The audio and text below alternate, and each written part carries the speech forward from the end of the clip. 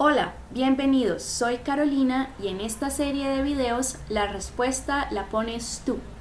Así que vamos a comenzar. Andrés nos escribe y nos pregunta: ¿cómo será que puedo organizar mis corbatas y zapatos? Una idea que nos llegó fue la idea de este profesional Juan, quien nos explica cómo se organizó.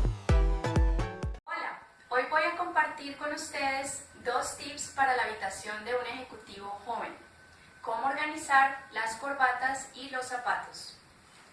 Bueno, él utilizó dos cortineros grandes de lado a lado de la pared para poner todas sus corbatas y poderlas ver. Y lo mismo hizo con los zapatos. Utilizó dos cortineros, le abrió dos huecos a una repisa y los puso en ángulo, cosa que pueda ver todos sus zapatos al mismo tiempo. De esta forma es mucho más fácil vestirse por la mañana. Inicia tu camino a la organización con el link gratis de abajo.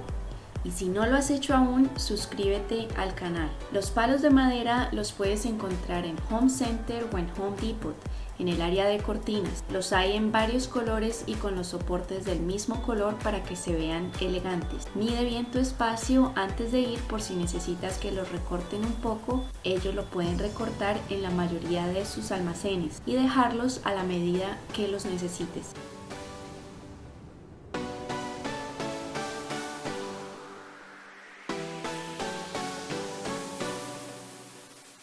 A mi lado hay dos videos recomendados para ti y para conocer más sobre orden y productividad, chequea los links de abajo. Si tienes preguntas puedes dejarme un mensaje y te iré respondiendo a medida que haga los videos. Por favor, comparte con nosotros si pudiste organizar algo más con este método, pues nos encantaría saber. Comprométete al 100% y en poco tiempo todos tus espacios estarán organizados y así tendrás tiempo de hacer lo que verdaderamente te gusta y es importante para ti, en vez de estar buscando lo que se te ha perdido.